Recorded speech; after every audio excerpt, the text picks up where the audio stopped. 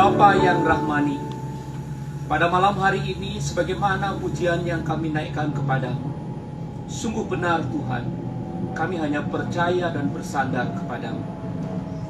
Kami hanya mengandalkan pertolonganmu, dan kami hanya mengandalkan kasih setiamu dalam kehidupan kami.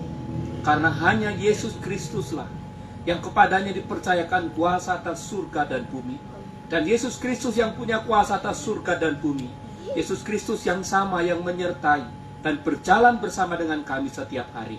Itulah sebabnya pada malam hari ini kami kembali mengikrarkan iman kami di hadapan-Mu. Kami percaya kepadamu. Dan itulah sebabnya hari ini kami memohon kiranya Tuhan berkenan menyapa kami dengan kebenaran firman-Mu, supaya kami boleh diubahkan, diperbaharui, dan dituntun ke dalam segala kebenaran. Dalam nama Tuhan Yesus Kristus kami berdoa. Amin. Shalom jemaat Tuhan. Semuanya sehat? Haleluya. Bersama-sama membuka Lukas pasal yang ke-6.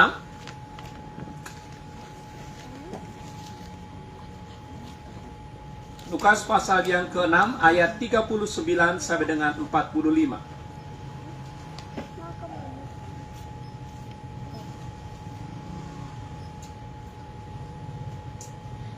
Sudah ketemu? Lukas pasal yang ke-6 ayat 39 sampai dengan 45. Jika sudah ketemu, kita membaca bersama-sama. 1, 2, 3. Yesus mengatakan pula suatu perumpamaan kepada mereka.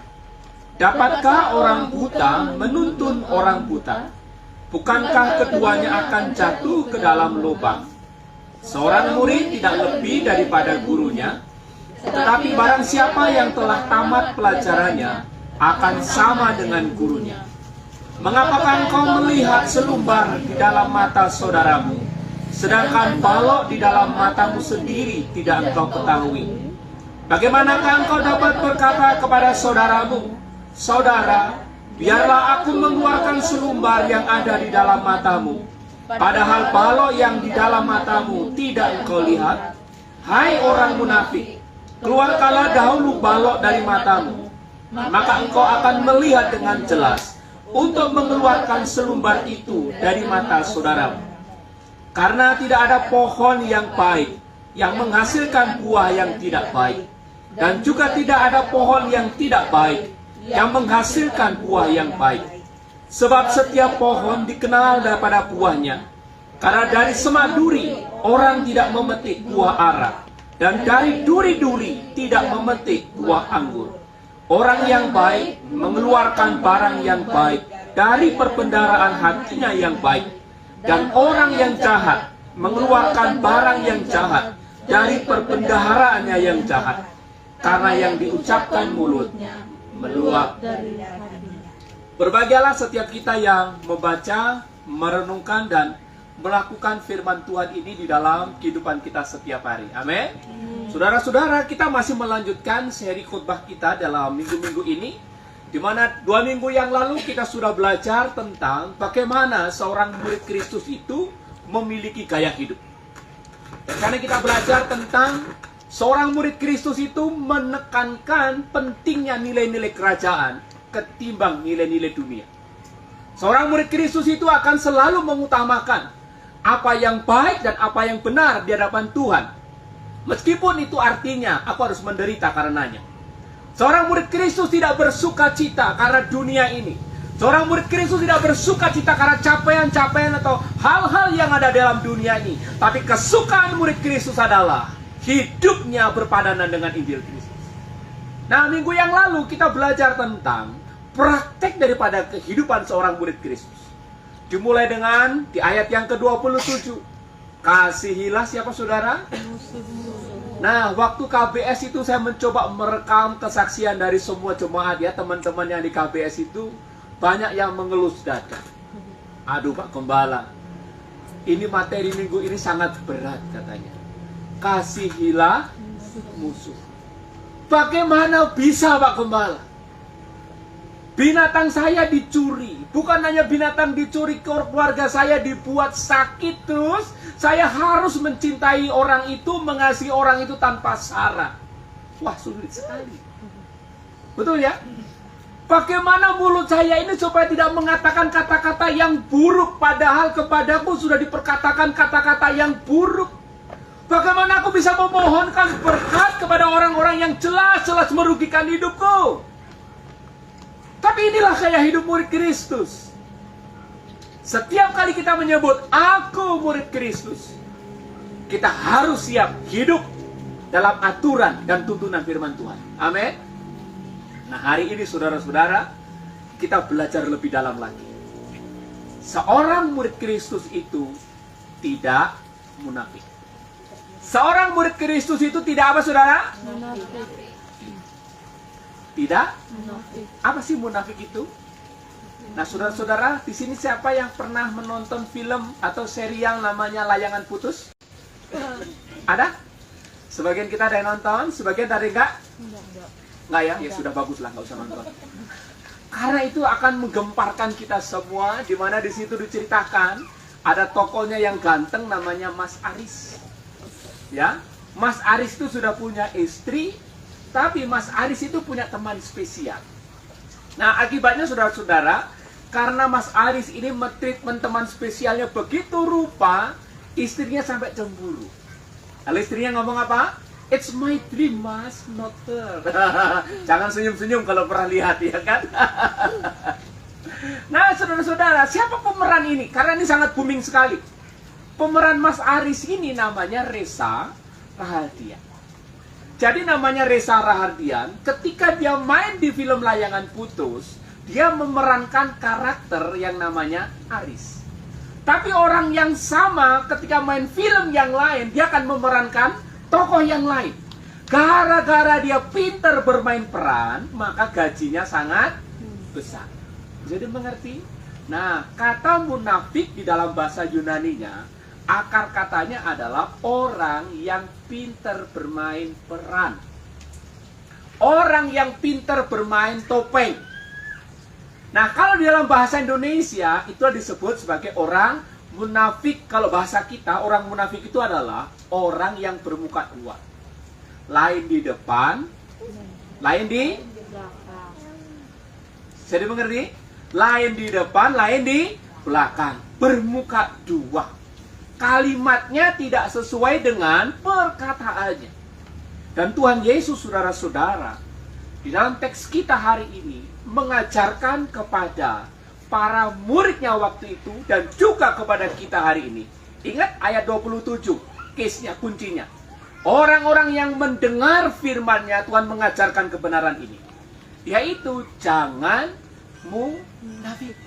Jangan bermuka dua. Bahasanya lagi, jangan suka drama. Jangan suka apa ya? Bermain peran. Jangan suka berpura-pura. Tuhan tidak suka itu. Pura-pura mengasihi. Kira-kira enak nggak sih? Pura-pura perhatian. Padahal nggak juga gitu. Tapi pura-pura perhatian. Ayo ke gereja, ayo gini supaya apa? Jumlah jemaatnya banyak. Kalau udah banyak ngapain dibiarin? Pura-pura. Murid Kristus tidak boleh seperti itu. Amin. Kasih tahu kiri kanannya, jangan pura-pura. Termasuk mengasihi. Mengasihi juga nggak boleh pura-pura. Apa yang terjadi kalau pura-pura? Aku cinta kamu, serius. Begitu yang dibilang itu, serius? Bohong. Apa yang terjadi? Saudara-saudara, hari ini kita akan belajar 3 kebenaran penting. Kenapa Tuhan itu mengajar para murid dan kita semua hari ini yang menyebut diri sebagai murid-murid Kristus itu tidak munafik. Yang pertama, kemunafikan itu memiliki efek yang sangat merusak. Perhatikan saudara-saudara di ayat yang ke-39. Di sana disebutkan, dapatkah orang buta menuntun orang buta? Bukankah keduanya akan jatuh ke dalam lubang? Apa yang dimaksud orang buta di sini? Orang buta dalam teks kita hari ini adalah suatu kiasan. Bukan berbicara tentang orang yang tidak bisa melihat. Tapi kata orang buta di sini mengacu kepada para pemimpin-pemimpin rohani, orang-orang yang mengerti firman Tuhan, orang-orang yang menguasai tradisi, orang-orang yang menguasai Taurat sedemikian baik. Tetapi dia tidak mampu melihat dirinya dengan baik. Orang-orang ini mampu melihat kekurangan orang lain berdasarkan terang hukum Taurat, berdasarkan terang tradisi, tetapi dia tidak mampu melihat betapa rusak dan bobroknya dirinya. Contohnya di dalam Matius 23 ayat 22, ayat 24, firman Tuhan berkata begini, "Hai kamu pemimpin-pemimpin buta." Lalu firman Tuhan melanjutkan begini, "Nyamuk kamu tapiskan dari minumanmu, tetapi unta yang di dalamnya kamu telan." Inilah yang dimaksud dengan orang-orang buta. Artinya mampu dengan detail melihat orang lain, mampu dengan detail melihat kekurangan orang lain, mampu dengan detail melihat kecacatan orang lain, tetapi tidak mampu melihat keburukan dirinya yang sedemikian besar. Itu yang disebut sebagai orang-orang buta. Dampaknya apa? Keduanya akan jatuh ke dalam lubang. Kata lubang di sini, saudara-saudara, bukan seperti jalanan di pinggir gereja kita ini yang ada lubang-lubang kecil di situ, tapi dari tata bahasa yang digunakan, pemilihan teks yang digunakan, kata lubang di sini itu mengacu kepada parit, tentu yang isiannya air, atau kata lubang yang sama ini memiliki arti sumur. Jadi dibayangkan, kalau kamu buta dan menuntun orang buta, maka keduanya akan jatuh ke dalam sumur. Saudara bisa membayangkan betapa beresikonya orang ini, betapa menderitanya orang ini, betapa mengkhawatirkannya kehidupan orang ini. Karena apa? Resikonya sangat besar. Kalau matanya bisa melihat, lalu masuk ke sumur, gampang menyelamatkan. Tapi kalau orang buta jatuh ke sumur atau jatuh ke sungai, resikonya bagaimana, saudara? Sangat mengerikan. Nah, inilah saudara-saudara sekalian, efek serius daripada pemimpin yang munafik. Inilah efek serius dari para pemimpin yang bermuka dua. Inilah efek serius daripada murid-murid yang hidupnya penuh dengan kepalsuan. Tuhan mengajarkan, apabila kita menjadi murid Kristus, apabila kita menyebut diri sebagai orang yang mendengarkan firman-Nya, maka pantang hukumnya untuk bermuka dua. Pantang hukumnya untuk berdrama. Pantang hukumnya untuk modus. You know modus? Tipu-tipu. Karena itu akan memiliki efek yang mematikan bagi orang lain. Bisa jadi orang yang berdrama itu, orang yang munafik itu, orang yang berpura-pura, orang yang bermodus, itu punya keuntungan. Bisa.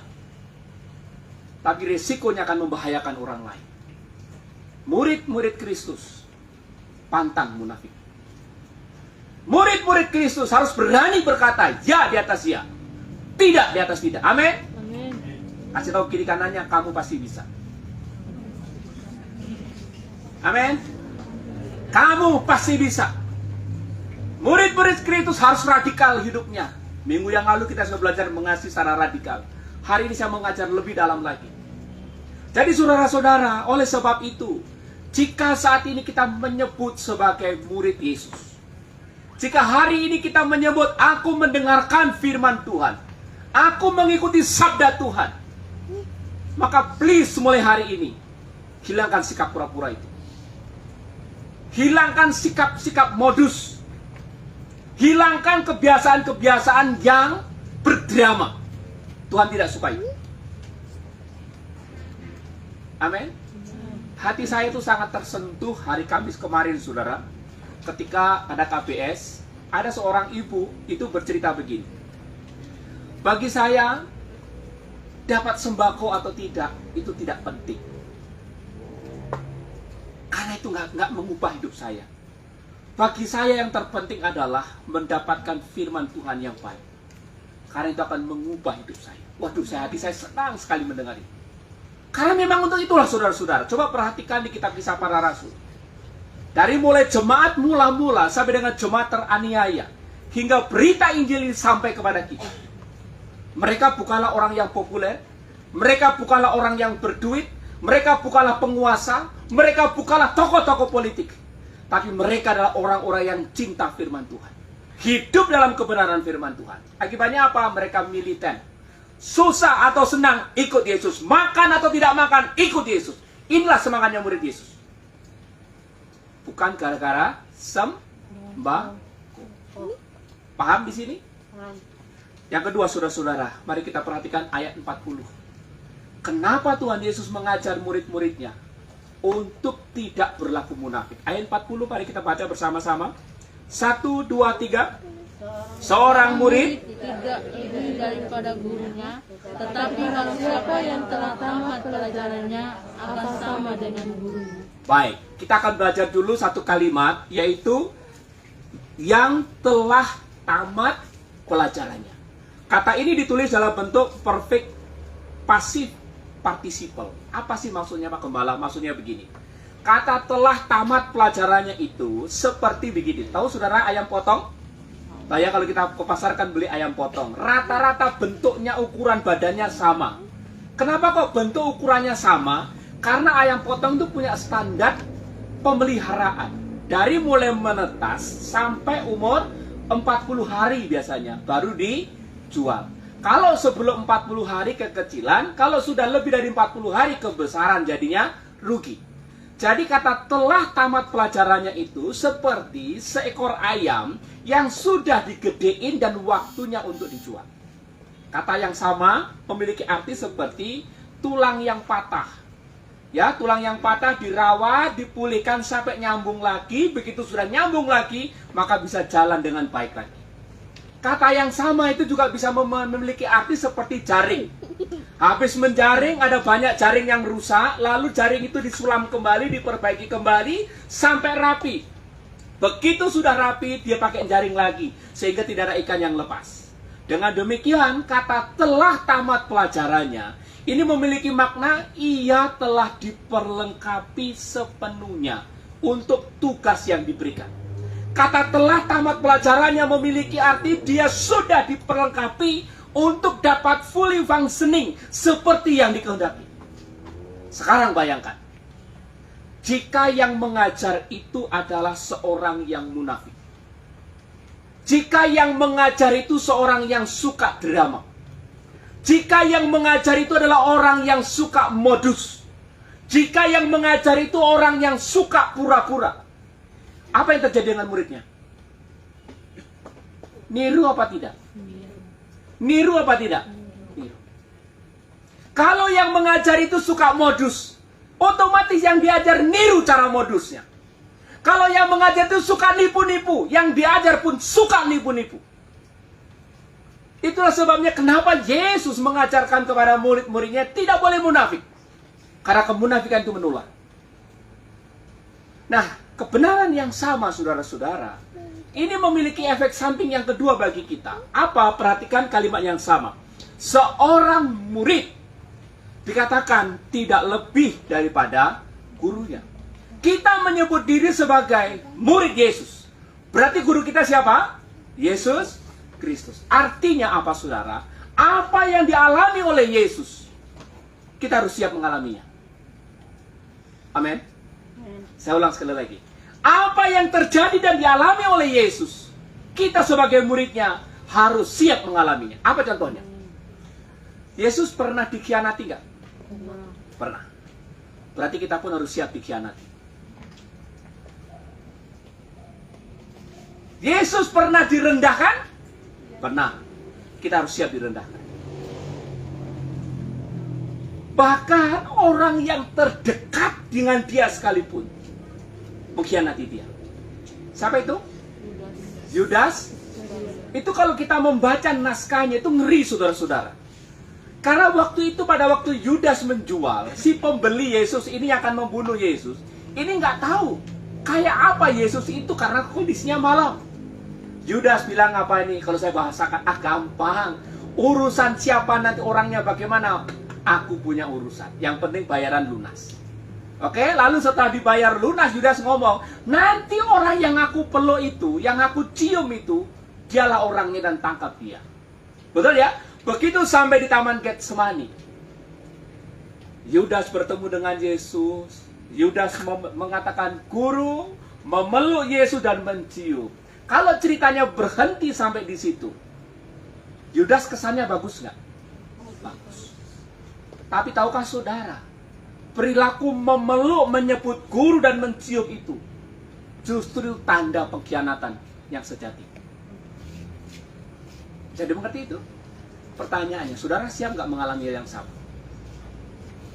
Orang yang sangat engkau tolong, orang yang sangat engkau baiki, orang yang sangat engkau perhatikan, orang yang kepadanya kau menyerahkan seluruh hidupmu untuk membangun dia, untuk menolong dia, dan mengkhianatimu.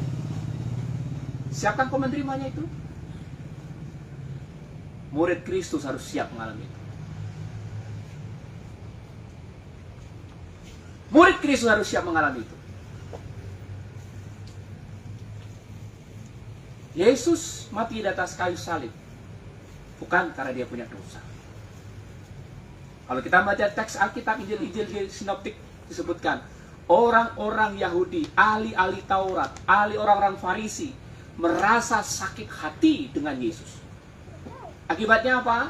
Mereka memfitnah Yesus. Mereka mengatur strategi sedemikian rupa sehingga Yesus harus mati di atas kayu salib. Pertanyaannya, jika kita adalah murid Yesus, apakah saudara siap menjadi korban karena kebenaran?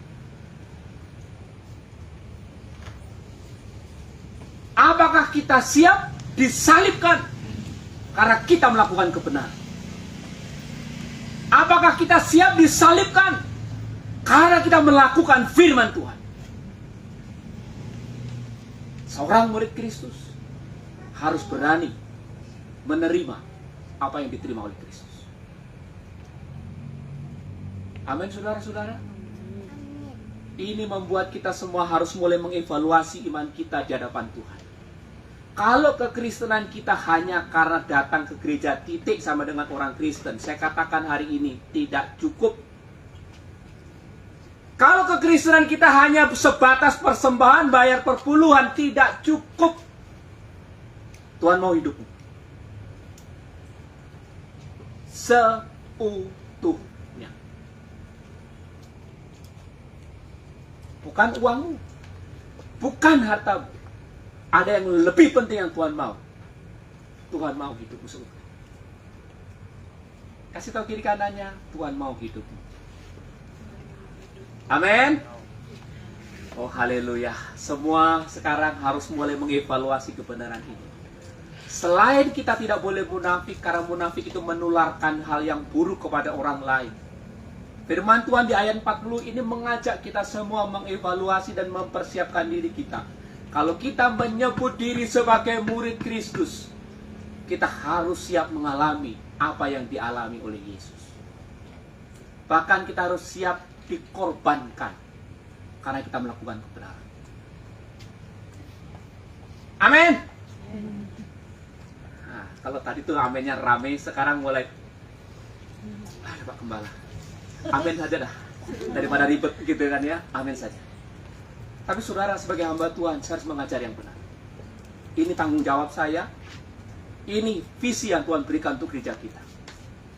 Yang ketiga, mengapa Tuhan tidak mau kita menjadi orang yang munafik? Perhatikan ayat 41 sampai dengan ayat 42. Ayat 41, firman Tuhan berkata begini.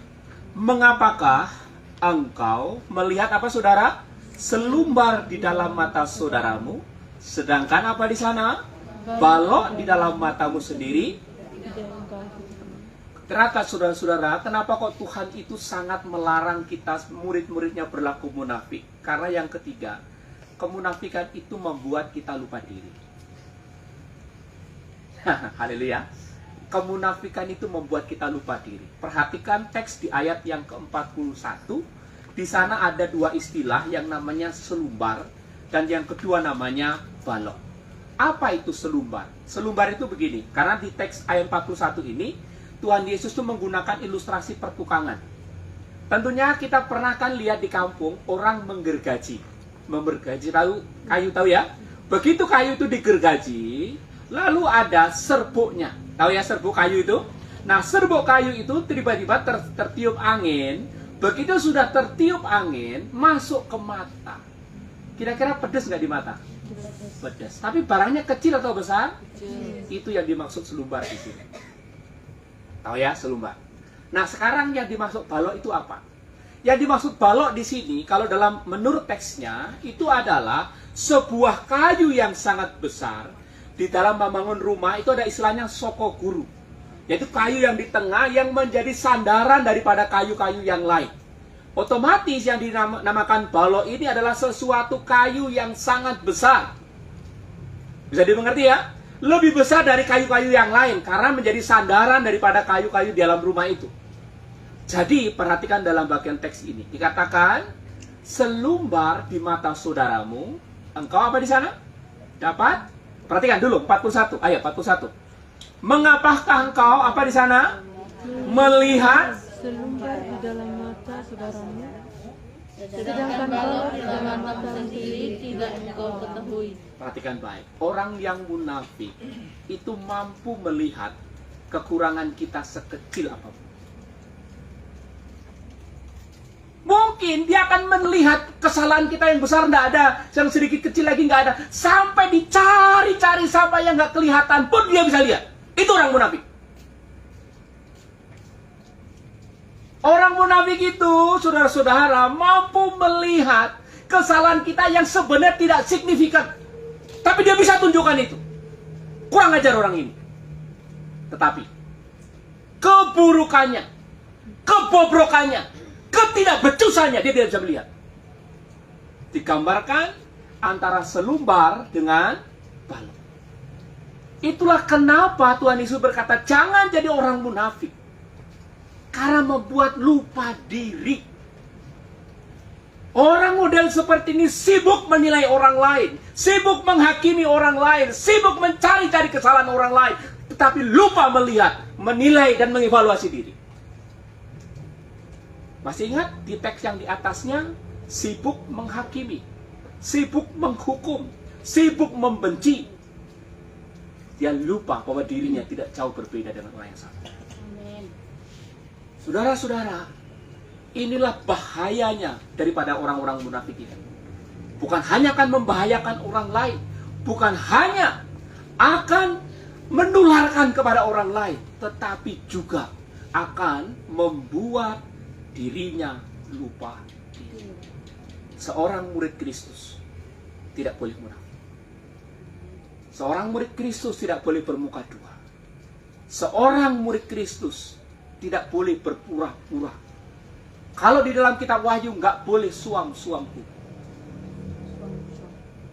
Seorang murid Kristus di ayat yang ke-43 sampai dengan 44 harus memiliki hati yang bersih.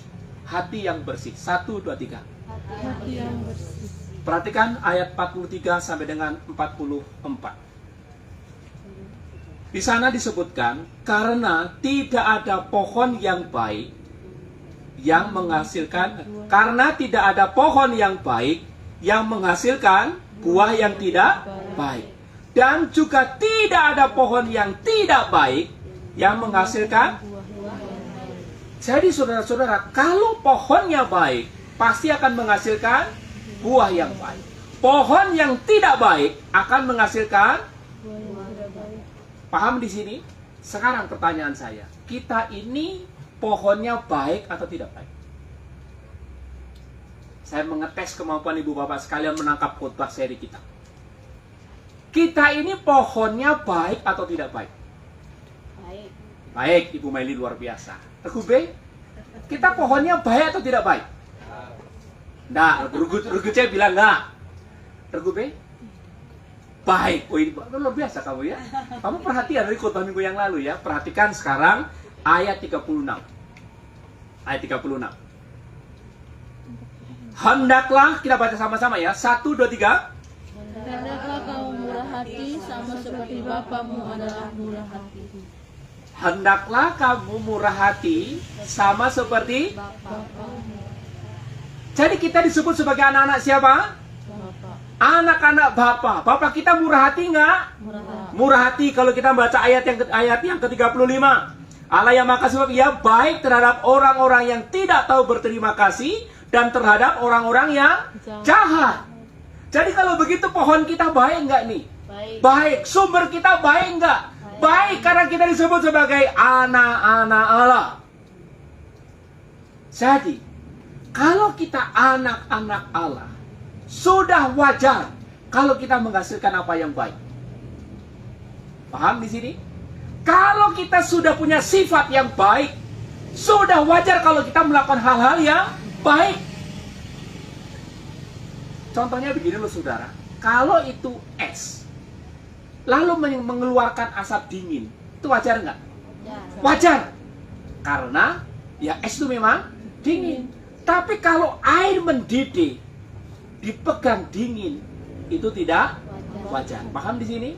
Nah pertanyaannya, kalau kita mengaku sebagai murid-murid Yesus, kita mengaku sebagai anak-anak Allah, tapi kita masih mengembangkan sikap munafik.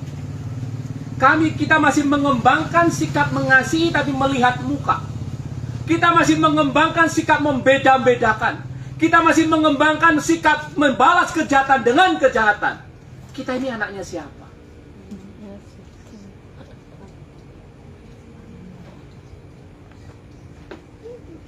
Bisa dimengerti pertanyaan saya?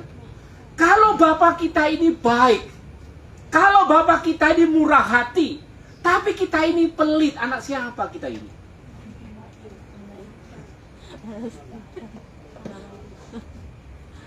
Kalau Bapak kita ini suka mengampuni, tapi kita suka menyimpan dendam, anak siapa kita ini? Ayo tanya kiri kanannya, anak siapa kamu?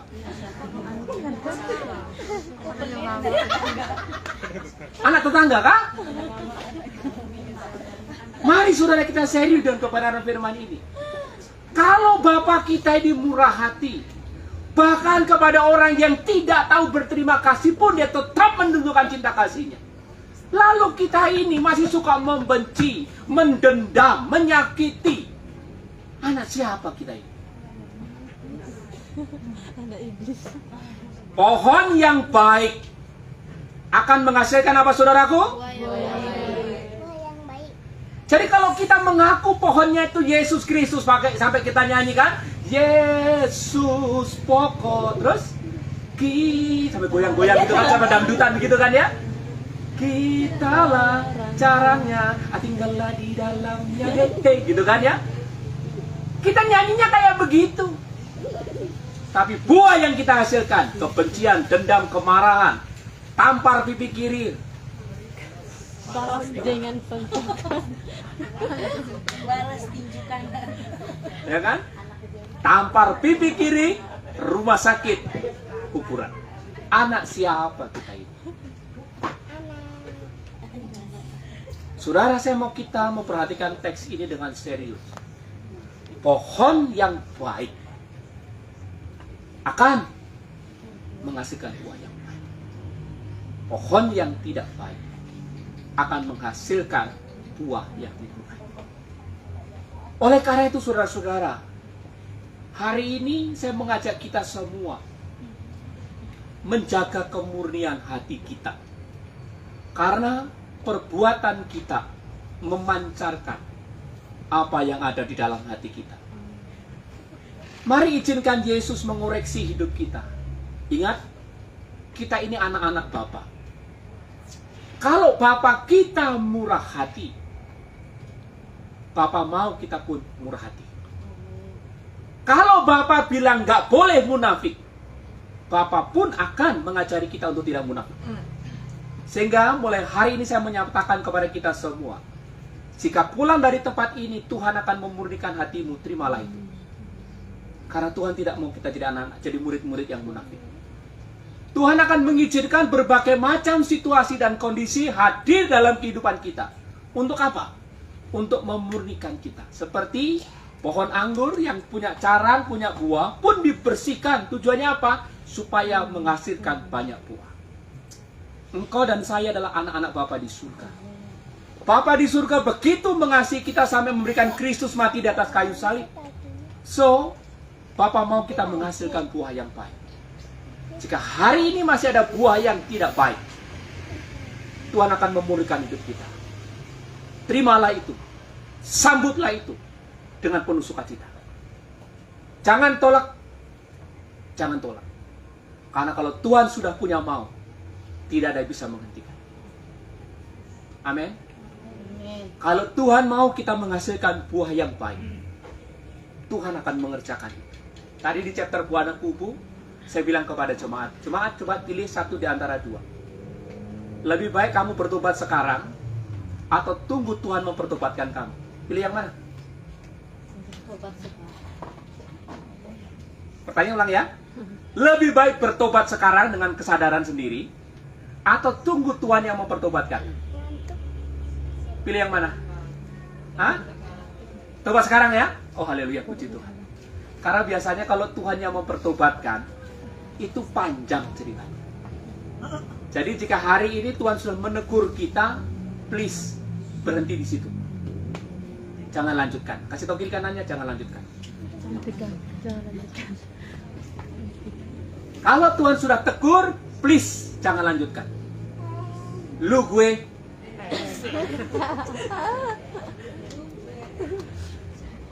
Amin, saudara. Kita harus waspada. Kita harus waspada dengan apa yang dalam pikiran kita, apa yang bergejolak dalam pikiran kita. Kita harus waspada dengan dinamika dalam batin kita. Harus waspada. Karena apa yang terjadi pikiran dan hati kita itu akan mempengaruhi tindakan kita. Oleh karena itu izinkan firman Tuhan hadir dalam pikiran kita. Firman Tuhan hadir di dalam hati kita. Sehingga kalau Ibu Gembala setiap hari men-sharingkan firman Tuhan, baca itu, renungkan itu, gumuli itu. Karena firman Tuhan lah yang akan memulihkan hidup kita. Firman Tuhan lah yang akan memandu kehidupan kita. Nah, sebagai Gembala Sidang, saudara-saudara, saya mengajak seluruh jemaat Kairos untuk melakukan 3 hal. Yang pertama, kita perlu belajar berpikir 3 kali sebelum bertindak. Yang pertama, apakah itu baik? Yang kedua, apakah itu benar? Yang ketiga, apakah itu berguna? 1, 2, 3. Apakah itu baik? Apakah itu benar? Apakah itu berguna? Itu yang harus kita kumuli. Engkau marah boleh, tapi sebelum kata-kata keluar dari mulutmu, pikirkan, apakah itu baik, benar, berguna. Kalau itu baik, benar, tapi tidak berguna, hentikan. Amin. Apalagi itu tidak benar, hentikan. Saya selalu berkatakan, jangan buang mutiaramu kepada siapa, saudara? Mari kita belajar, saudara-saudara, sebagai murid-murid Kristus untuk waspada dengan bagian ini. Lalu yang kedua, saya mengajak kita semua fokus kepada perbaikan diri, bukan memperbaiki orang lain. Ngerti maksud saya? Sebagai murid-murid Kristus, mari kita membersihkan balok di mata kita, bukan selumbar di mata orang lain. Artinya apa, saudara-saudara?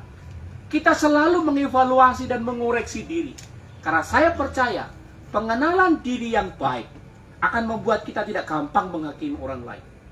Pengenalan diri yang baik akan membuat kita mudah menerima orang lain. Pengenalan diri yang baik akan membuat kita mudah mengakui orang lain.